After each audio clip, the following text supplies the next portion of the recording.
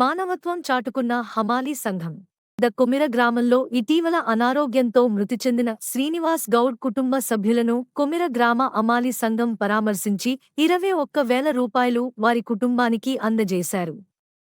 శ్రీనివాస్ కుటుంబ సభ్యులను దాతలు ఎవరైనా ఉంటే వారికి సహాయం చేయాలని వారు అన్నారు.